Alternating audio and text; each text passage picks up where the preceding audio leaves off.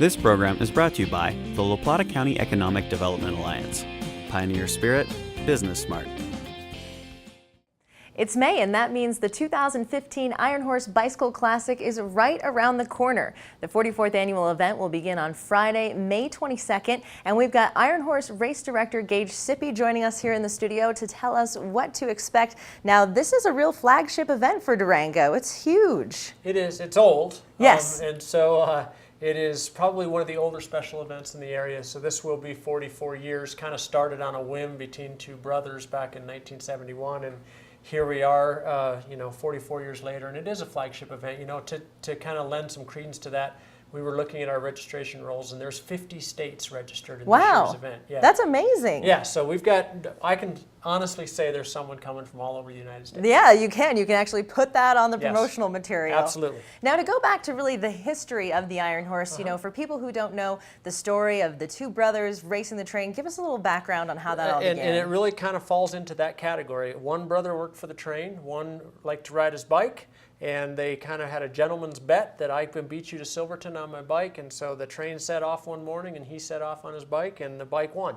And it sounded fun, and so a local business owner named Ed Zink, who owned the bike shop in town, caught wind of it and got to talking to the two brothers and said that might be an interesting event.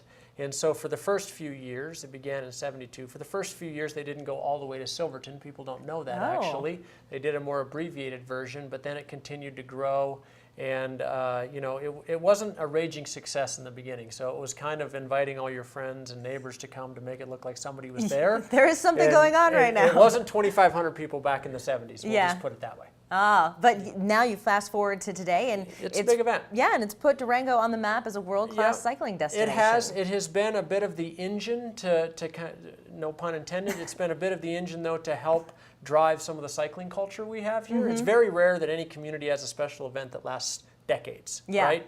Usually somebody burns out and they quit. Yeah. And so this has sustained, and along the way it has also played host to 14 national championships, the World Championships, a World Cup.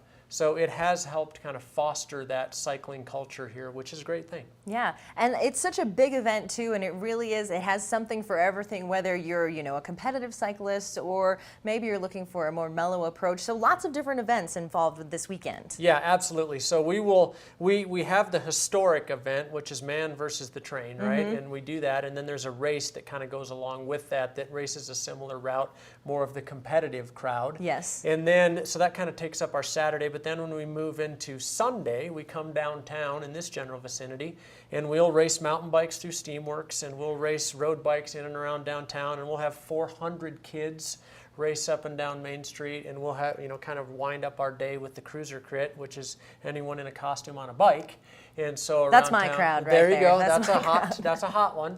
That and the kids race are big deals, right? And so, but we do by and large try to cater to a large demographic, so we'll have 73% male and the balance female, and so we really try to get all age levels, and we try to hit a broad range so everyone can enjoy something while they're in Durango. Nice. And I think that it's awesome because really if you're coming to Durango and maybe someone with you is going to be participating in one of the events, there's plenty for somebody else to keep themselves entertained and watch. And I think that, quite honestly, that's part of the success of the event. So we will have, of the 25, we'll have a total of 4,000 riders that weekend that get on a bike. But of that, more than half of those will be from out of town.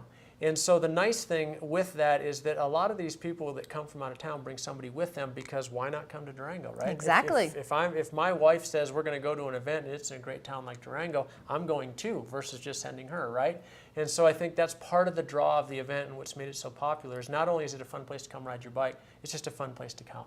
Exactly. So for more information, where can people go? What's the website? IronHorseBicycleClassic.com. Well, that's easy. Yeah. Awesome. Yeah. So I hope you have a great year, and we're going to pray for good weather this year. Please do. We are. All right. After the break, a Ute Mountain Ute business opens its doors. This program is brought to you by the La Plata County Economic Development Alliance. Pioneer Spirit, Business Smart.